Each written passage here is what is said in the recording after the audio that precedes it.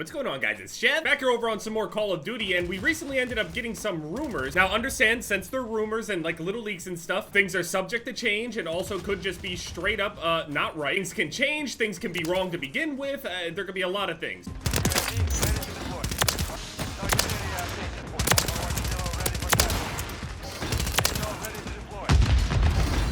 Dude, the worst part is when I find somebody in a lobby and they actually say some funny shit, and then they like just start saying words, and it's just like, you're going too far. Because now you can't even be in the video, because now I don't like, watch your mouth. So we got some new Black Ops 5 or Black Ops 6 leaks, and most of this information is coming from Semtex leaks. Now, to be fair, I don't know all of the stuff that they've, you know, leaked in the past or anything like that, how accurate or anything like that, but I'm seeing other people also pick up this rumor. So with Season 3 Reloaded, you know that every single update, there's like new things added in the files for the future. Even though you don't have access to it right on that update day, there's new content added in there, and then people will data mine it, and they'll end up, you know, potentially be able to piece together what it all means.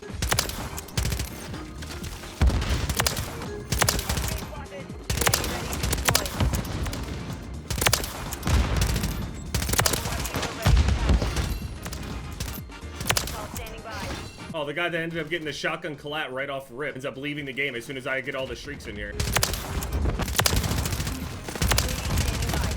I love Das House. This map is so insane. I loved it on Vanguard. I love it on this game. It's crazy. It was even better on Vanguard because you could have like 10 attachments, and every single build you have can have move speed with 100 rounds. It's great. So Semtex Leaks ends up getting all of the info from the Season Reloaded update. COD 2024 Alpha confirmed, question mark. So note that, question mark. But we're gonna have to assume that, you know, just like every other year, we're probably going to have some kind of alpha slash beta. Now, I'm really hoping that there's no weird stuff that like went on with the other games, for example. Like, I think it was Vanguard actually did like a whole beta or alpha or something in a completely separate game mode from multiplayer. Just do a normal multiplayer beta, dude. Don't be weird. This is more exciting than anything at the moment though, because people are really curious what Treyarch can do with all of this time and all of the resource completely uninterrupted now. Also, the zombie stuff. I did hear rumors that the zombie stuff could potentially be accessible more early, kind of like how the campaign stuff works, because also this year is when the PlayStation deal ran out. So it seems like there's not going to be any special thing. You have to have a PlayStation in order to play on like the first weekend, and then everybody else gets it on the next weekend or something like that. No, apparently, from my understanding, this is going to be a fully accessible alpha slash beta, even if it's considered a closed or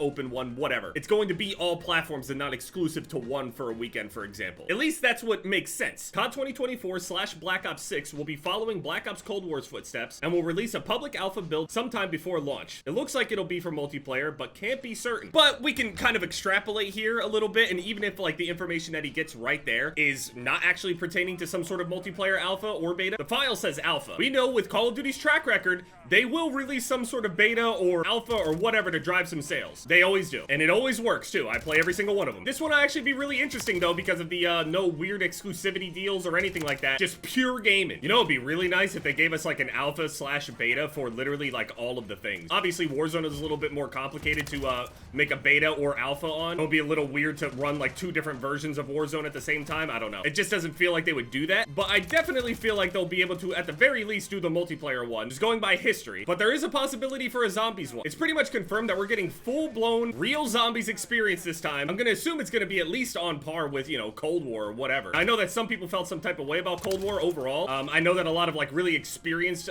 zombies players and stuff said that Cold War was, like, really easy in terms of zombies. I will say, though, that Cold War zombies actually got me hooked for a while. I really enjoyed my time on Cold War zombies, and I really did not play zombies before that. I played it before, but I didn't play zombies. I didn't understand zombies. I saw gameplay of it, and people had, like, all the perks going across the screen and shit. I was like, I'll never be able to do that. It was also really nice to play a zombies mode that didn't feel like I was just not really meant to be there, because as the zombies mode ended up evolving over time, they obviously had to add more and more depth. And by the time I even got involved, I didn't know how to do any of the Easter eggs and didn't play any of the other maps or anything like that. Like, literally the only thing that I actually sat down and played consistently was the first ever zombies map over on World at War. That was the only one I actually played a decent amount. I went for like round 100 runs and shit like that. Now, this is a full-blown zombies experience, so I'm expecting it to have a little bit more depth than Cold War for sure. But I think that they realized how much success they had with hooking new zombies players with easier to consume content, at least at first. Because the main reason why I didn't catch up on all the other zombie shit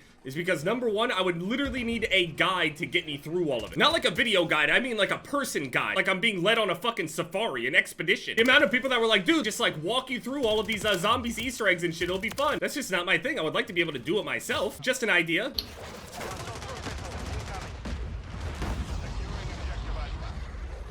Did I just crash? What just happened? I didn't even realize these things actually had models to them. Actually detailed models too. Lag?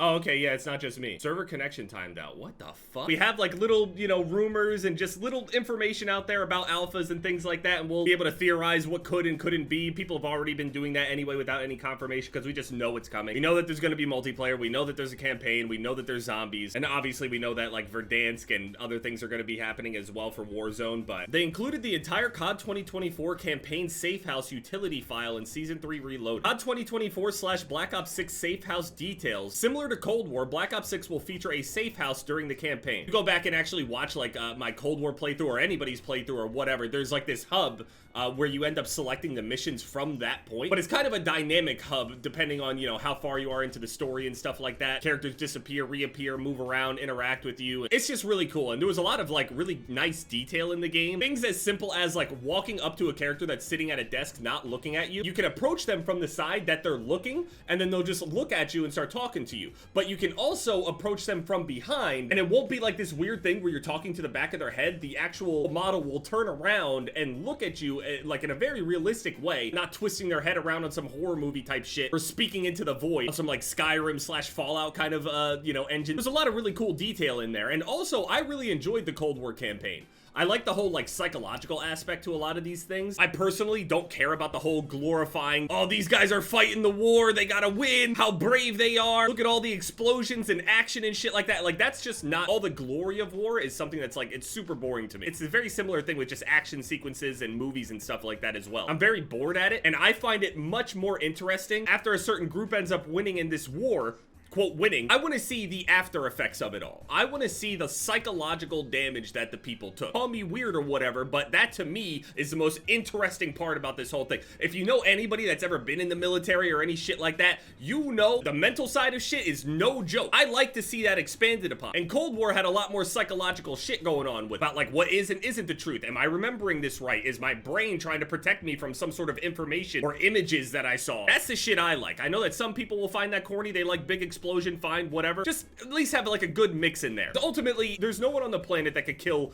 tens of hundreds of people by themselves and not have some sort of psychological lapse. It's a story worth telling, I'm just saying. To also expand on the safe house thing, not only do you select missions, but you can also do like upgrades and things. It says here, at the safe house, players can purchase upgrades for their player, equipment, weaponry, as well as purchase perks and test the firearms at a firing range. Notable things mentioned: office, which at a guess is a resource room, question mark, the armory, the training room, and the equipment bench. Now, Semtex Leaks actually added on to this and says, I should definitely say that there's a possibility that it could just be referring to an alpha playtest build that like the devs are using, not something that's like in preparation and being prepped for the player base. Knowing Treyarch though, and seeing how early the reveal is, I could definitely see some sort of alpha release to the public. So again, take this whole thing with a grain of salt. Let me know what you guys think about all of this. An alpha/beta is a real thing. It's coming. It's not really breaking news or anything crazy, but once you start seeing files, have actual confirmation of those things, or at least leaning towards that direction, it's only a matter of time until we get confirmation or clarity at the very least.